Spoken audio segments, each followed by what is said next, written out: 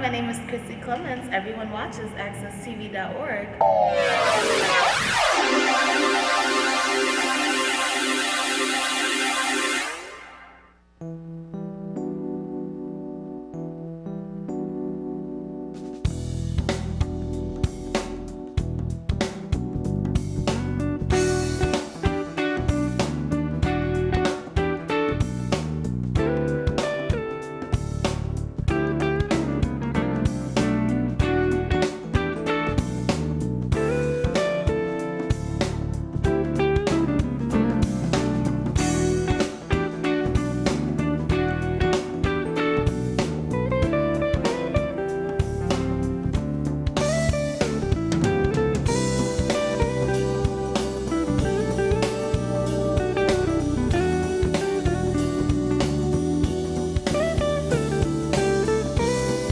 Good morning, my name is Brian Johnson. I'd like to welcome you to the challenge. We got a great show today, very interesting guest. We're going to talk about housing, black home ownership, and we're going to get right into it right away. We're going to start out by reading you some information, a story about an interesting person in the city of Detroit. So just bear with me for a second and we're going to get right into it. Osan Sweet was a physician, educated at Howard University. Osan Sweet sought a better housing for his new family, and in the summer of 1925 purchased a house at 2905 Garland Avenue in a lower middle class white area in northeastern Detroit. The choice of the neighborhood for Sweet, who was African American, was fateful. Some of Detroit's whites reacted with dismay and stirred up by an active Ku Klux Klan with violence. Whites had already forced several African American families to leave homes in formerly white neighborhoods.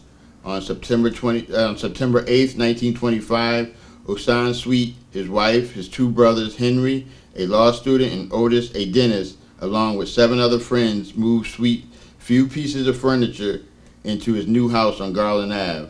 The next morning, however, a crowd of whites began to congregate across the street from the house. How many were in the crowd became a matter of debate, but it could have been as many as 400 or 500 people. The next morning, however, a crowd of whites began to congregate across the street from the house. Suddenly, several shots came from the Sweet house. Across the street, Leon Brenner fell dead, shot in the back. The police who were keeping watch over the house immediately arrested Sweet, his wife, and his companions, denied them access to legal counsel, and tossed them in the city jail. They were all charged with assault, murder, conspiracy to commit murder, and they were denied bail. Despite deliberating for 46 hours, the jury could not agree on a verdict, and Judge Murphy declared a mistrial. Henry Sweet was subsequently tried separately and acquitted of all charges, and by May 1926, the charges against the rest of the defendants had been dropped. Although the Sweet trial ended in victory for Sweet, efforts to restrict African American home ownership by various legal means continued unabated through the United States until the Supreme Court declared such practices illegal in Shelley v. Kramer in 1948. So that's just some information that we provided for you today. Hopefully you got something out of that. Now that we could purchase homes anywhere in the United States for the most part, we're not doing it the way we need to do it. So today's guest is Ray Malcolm from Caldwell Banker, and I'm going to let Ray introduce himself. How you doing today, Ray? Good. It's a great day.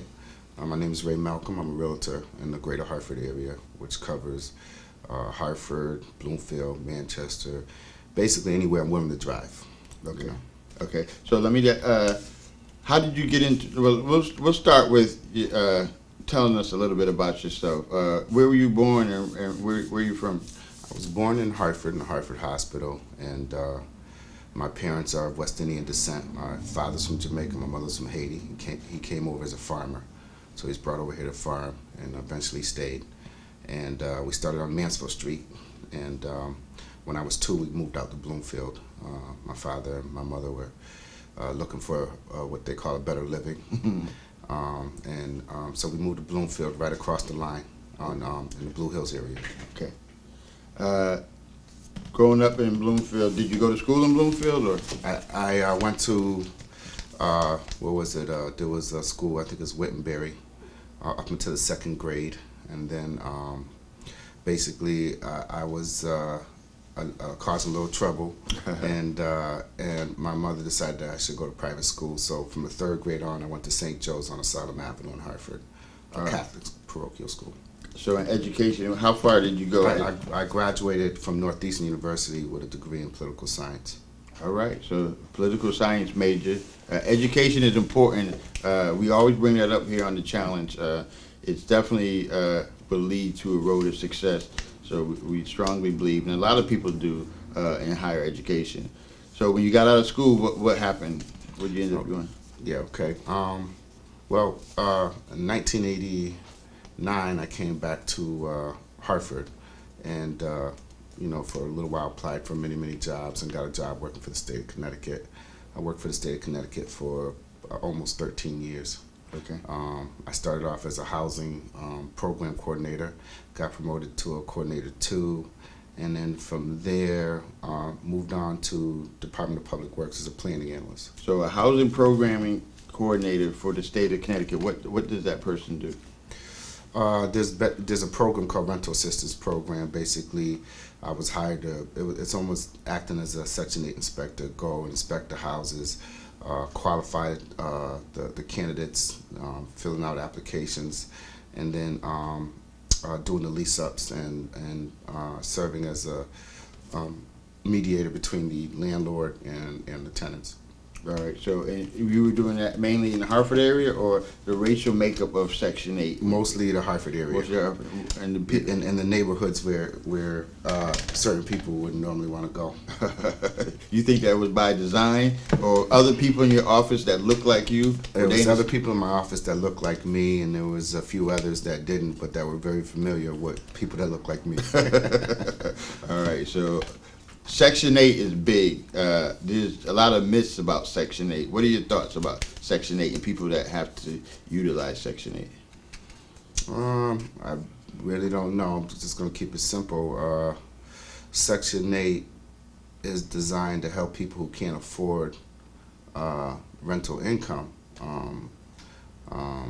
My experience with some of the clients that I work with, there were some good clients, and there were some bad clients. A lot of people have a negative view of Section 8 clients, but there were some very good Section 8 clients. They basically just income qualified, and they were good. They were good tenants. Then there were other tenants that, even though they had Section 8, they were still in some dysfunctionalism. Okay. If someone starts out in Section 8, is it possible for them to see you now and that they would want to buy a home? So is there a road from Section 8 to home ownership? There is a program, but it's in the wind, and I hear about it, but I've never seen it. You've never seen it actually happen. Everyone on Section 8 always talks about there's a program where they're going to get a house, and I've never looked into it, and I've never actually seen it happen. Okay. Let's talk about what you do today. Realtor. What does a realtor in Connecticut, Hartford do? What is it that a realtor is doing? Basically, a realtor is a subcontractor for a broker, for the most part. It's a salesperson, and what we do is we sell homes. For me, it is, especially coming from the black perspective, a powerful tool for self-empowerment. Buying a home is probably the biggest thing, other than getting married and having a child, that we do in our lifetime. And it's really a simple process that I believe anyone can do. All right, so I read the story about Osan's Sweet. He broke barriers, and it like a lot of processes are simple once you're involved. In your experience now, your clientele, are they new homeowners, or are they people that are buying their second and third home? Both. I deal with a lot of first-time home buyers. I'll just give you an example. I put someone in a home that worked in CVS. So, especially with this market being where it's at, where the prices are so low, because basically the amount that you can buy in a house is directly related to what you earn, your earning potential. Okay. Yeah. And what I do is when people have low incomes, I encourage them to buy multi-units 2 or 3 families because they can support their income, and not to set them up for failure where they can't afford to continue to pay their mortgage, especially in a time where everyone's getting foreclosed on. Now let me. A black person comes to buy a home. What are the barriers? What's preventing them? Well, credit, and I mean, it's just what's happening in America with blacks and credit. I mean, I go back to the old Eddie Murphy comedy where, he goes in as a black guy and they give him a higher interest rate, and then he goes in as a white guy, same credit score, but they give him a lower interest rate. But there's challenges being a black person that's trying to get credit, but it is credit based, a lot of it. The credit score you need is a 620. Sometimes the elevated is 640, but basically if you're a first-time home buyer, you need a 620 credit score. What people don't know about credit is no matter what you've been through, it's really based on your continuous payment on something. So I'll use myself for an example. I got foreclosed on in 2005, and then I bought another home as a first-time home buyer in 2009. I established 2 lines of credit, and I had to be informed myself. 2 lines of credit, so maybe a car note and 1 credit card, even if it's a secured credit card. And you pay those for like a year or 2, even though it reflected that I had foreclosed in 2005. What they looked at is my current credit over the last 2 years that I paid on a regular basis. So even, and this is important for us to know, even though you've experienced some negative credit situations, you can always start fresh and build your credit by keeping 2 lines of credit open and continuously paying on them. Okay, so it's based on what I got so far is based on income, based on credit. Because I was looking at a lot of stuff before doing the show today, and I was like, I'm gonna bring all these statistics about housing and all that. One of the things that was evident is that African Americans were last in home ownership in just about every category. So why do you think that is? Why do you think that Black Americans, African Americans, and I'm not talking about Americans that are college educated, the average American, high school or just a working person, they're not. Okay. Housing is not at the forefront for them. It's kind of funny. We had an earlier discussion. We were talking about apathy.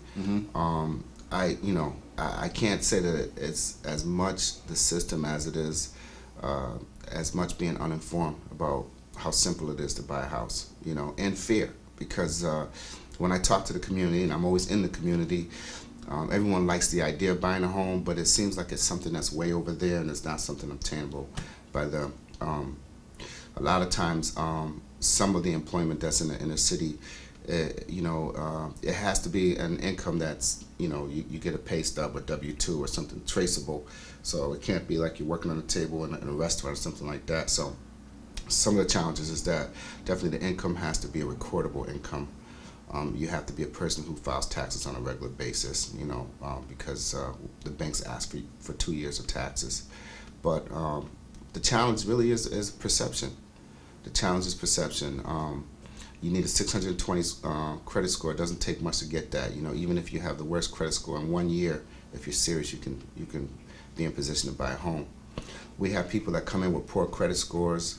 What we do is I have my finance people give them a package of what it would take to get their credit score to a certain place, and those people disappear. Even when you follow up and call them and say, did you do A, B, and C, they don't do it. So it's some type of apathy. Right. So that gets back to fear. So you got the magic wand, because wealth is one of those areas that we fall short in. And home ownership and wealth kind of go together. All of these are on a continuum, I think. Wealth, education, family, culture. So to get our people, African Americans, to change that thinking, what do you think are some of the things that we could do? Well, rich people think rich, poor people think poor. We got to get people to think rich thoughts. It's about being positive thinking and stuff like that. We just got to continue to educate them. We got to continue to reach out, and it does take. It's a group effort. It's not like one person can do it. But what we need to do is just keep encouraging people that part of the self-empowerment is to own your own stuff. When you own your own property, especially if you buy in this market here, you'll have equity, and you can use that equity for so many different things. What you could do is use the equity of the property that you buy and buy another property, and you can continue to grow in that direction. One of the things that I tell first-time home buyers is better to buy a 3-family or a 2-family than a single family, especially if you're on your own and your income is low. Because what happens is you move out of that unit that you're living in that 2 or 3 family, and then you can buy another 2 or a single family and let the 3-family pay for your single family. Now, one of the things that you mentioned were first-time home buyers buying a multiple family home. Now, one of the things that came to mind for myself is that if that happens, what are the services in place that now this person didn't think they could buy a house? They're in this home, and are they close to like the edge, or is it that you have them securely in the home where they can sustain some setbacks and maintain their home? Because I guess what I'm thinking about when you get into multifamily ownership, having to collect rent, is what skills involved to be able to handle that? Well, I'm a realtor, so I actually find a house, and so the finance person is the person that probably does all that kind of stuff. But there's certain requirements. Basically, it's kind of funny because what we experience now in the real estate market is a direct result of predatory lending, and what happened was the interest rates were too high.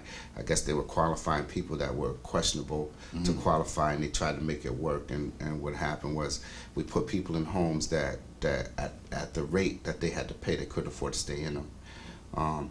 But now it's changing. The interest rates, the CHAFA, Connecticut Housing, their rate is like around 3%. So, if you buy a $200,000 house, you're somewhere around $700, $600 to $700 a month. Oh, that's great. Right, and then you have your taxes. You have PMI, which is mortgage insurance, on top of that. But you think about it, you could buy a 3-family house for $200,000, and your mortgage, everything included, could be like $1,100. That's affordable for somebody. And Right. it's basically, I think, what we used to, and I remember when I worked for the Department of Housing, we used to base it on 25% of your gross. If you gross 25%, that's what your mortgage should be. So just get your credit up, right? Get your credit up. Get some stable income, Get some stable income. and you'll be able to get into a home. Oh, one of the Also, things. also work on budgeting, because a lot of it is financial manageability. All right, and when you mentioned something, what about a down payment? So I get it. So a person's getting a $200,000 home. What do they need cash? If you're a first-time home buyer, you really can do it with zero down. First-time home buyer. Okay. And you meet the income guidelines, which most people do.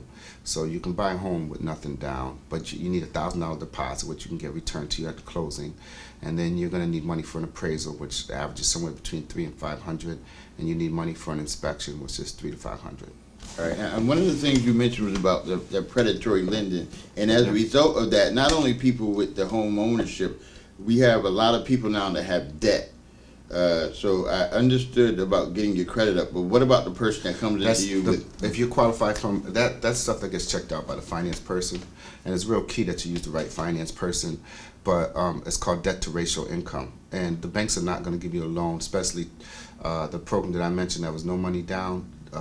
Your debt to ratio income has to be really tight. I don't think it can be above 28%. So all that stuff that a lot of people have, they got to get rid of that. Right. They got to get rid of that, and like bad debt as well, right? So if you have credit cards that were not paid on and all that, because those are a lot of the issues that our community face. Well, that's all reflected in your credit score, but so your credit. But something else they look at is open lines of credit, because that could be reflected as something that could hurt you too, because you have many open lines of credit where you could overcharge too. So sometimes they look at, you could have good credit and just have too many credit cards, even if they have low balances. That can be a negative reflection on your being approved for a home. Okay, so how was business? Business is okay. I do what I do, and I've done what I've done for the last couple of years. Averaging about 20-25 houses a year, units a year. So the young brother or sister out there, they're kind of figuring out what they want to do in life. Are you encouraging them to get into the real estate market? No. Well, a realtor, I think you have levels, the food chain. Right. A realtor is at the bottom of the food chain. Okay. I would encourage young kids in their 20s to be investors, buy the homes. Buy the homes. And keep moving. Young kids are a little bit more flexible. You're going to make mistakes in investments and stuff, so they have time to recover and learn the process. If you're a first-time home buyer now, when they give you that no money down program, they actually have you come in and they teach you how to be a landlord, and there's courses now that help you learn how to be a landlord, because that's a process. So it would be good to encourage some of our younger kids getting right out of college to get into home ownership. Being on a college campus, you don't see that. Do you think that would be a good idea for realtors or people that in your industry to kind of reach out to that segment, that 20-something-year-old, before they buy the fancy car and all that stuff, to get them into? I have two nephews. One is 23, one's 25. One works for Aetna, one is looking for a job, but he has some money stashed away. And they're both looking for homes right now. And I'm proud of them. And they're looking for multifamily, so immediately they're thinking of residual income. Real estate is a good investment tool. One of my friends was sharing that he had a life insurance plan, and he pulled money out once, and he went to pull it out a second time, and they said, no, you don't have enough in there. And he talked about how much money he put in and how much money he got out. Real estate, on average, the investors I'm dealing with are especially when we're flipping houses, they get about 30% on their return. So real estate is a great investment tool. If you're honest and shrewd with it, it'll be good to you. Now, you use that word flipping. You could just describe what flipping houses is. Flipping basically is when you buy a house, you improve it, and you put it back on the market for a profit. And the good thing about it is that when you're in a foreclosure market like we're in today, the houses are not in ready-made shape. So a first-time home buyer, somebody who's not into repairing and stuff, they go in there and they look at the house and it's not appealing to them. They don't want it. So it's called the end user. End user is somebody who's not into the real estate game for repairing, but just they want the house ready-made. It's called turnkey. So a flipper gets the house to turnkey and puts it on the market for the turnkey person. The advantage of it is that you buy a house next door that has an old kitchen, old bathroom, old roof, and an old furnace for $130, because that's the market value in that area. The next house is still valued at $130, but someone has bought it at $50, put $30 into it, and now selling it for $130. So you're getting the same house with a new kitchen, new roof, new furnace, 20 years of life. So you get more bang for your buck. So even the end user usually can get more bang for the buck if the house is now overpriced. Okay, so let's talk about some current stuff, because we just don't want to. The information about housing is cool. We just want to get some of your thoughts on a few other topics. The elections coming up. Mm-hmm. Who you support? Mitt Romney. Why are you laughing? No, my next question is why. You can support whoever you want to support. I support Obama. I've been an Obama supporter from day one. Now, does his administration put forth efforts to help minorities, particularly black community, with home ownership, do you think? I don't know. He's the reason why I still got a home. I know that much. I got to be honest. Because he came in at the beginning of the crunch. So some of these programs like CHAFE and all that. The economy was basically in a recession, headed to a depression, and the solution was some government, and there were so many programs that Obama put out that a lot of people, whether they know it or not, including white America, black America, the reason why they're in their homes right now is because of Obama. So you think he definitely implemented some policies that prevented, that slowed it down? I received the benefits of a program from Connecticut Housing Authority, which is why I'm still in my house. So I got to be honest, yes. So Connecticut Housing Authority, what is their role?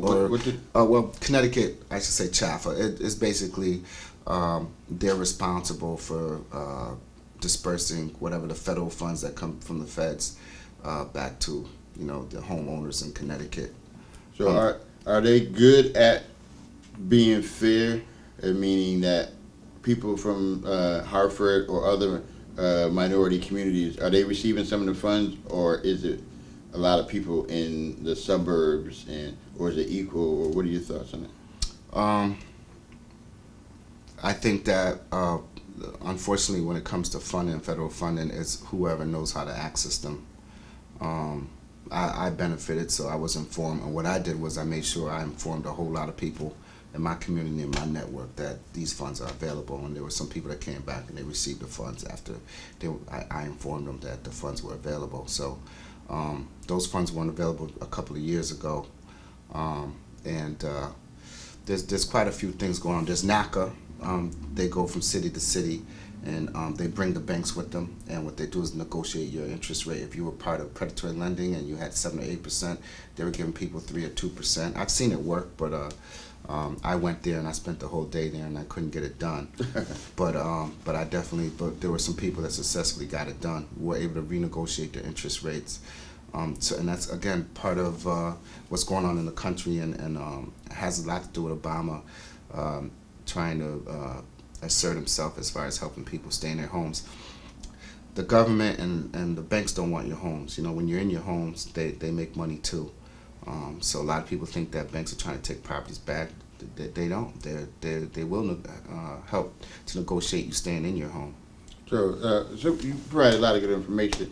So if anybody's out there and they're in that situation where the bank is sending them notices and they're telling them, look, give me the money or we're going to put you out, so there's hope for them. There are programs. Can they contact you? Would you be able to help them stay in their home? Well, I can't make a business out of it, but I'm definitely willing to help, and it's basically what I have done is help. A couple of things. If you're 3 months, you cannot get 3 months behind on your mortgage, because that's what triggers the foreclosure process. Okay. And then it gets kind of tricky. So what I encourage people to do is never fall 3 months behind. And also, just like any other entity, you want to communicate with whoever you owe what's going on at all times. Now, if you're a first-time homeowner, Mm-hmm. or you're a prospective first-time homeowner, do you want to speak to those people? What do you mean? People First time homeowners? Yeah. Definitely. Call me right away. Call me right away. I use 3 different lenders. They all give the standard interest rates, because when I began the business, I was still building my network, and I was using different people. I was exploring, and what I learned to do was find honest lenders who were not trying to jack up the interest rates so that they can make a little bit more on their commission, because that's what lenders can do. They can get a payout on the back end from the bank and give you a higher interest rate. Now, I read a story about Osan Sweet. Had a lot to do with discrimination and excluding people from housing. It's 1925. Are those practices still in place today in 2012? If you're asking me if there's racism and prejudice in America today, the answer is yes. It was illegal to be a realtor maybe 20 years ago in Connecticut, and so it wasn't too long ago where realtors were black. Oh, it was illegal for a black person? For a black person to be a realtor. I can't remember how far it goes back. I know that I talked to Colin Bennett and Bish and some of the older black realtors in the community, and who am I thinking of? The guy there on Albany Avenue, Tinker. Okay. And they always share. They know my father, and they always tease me, but they always share that that this wasn't always going down like this, where a young black man can get involved in real estate and do what I do today. Now, just quickly, we only have about a minute left. What about commercial property?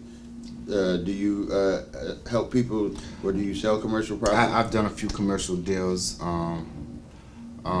Commercial property is a little bit of a different beast. A lot of commercial property has to do with lease-ups and stuff like that, and I really don't have too much experience with that. But as far as selling commercial property, I have, and again, I don't do too much of it.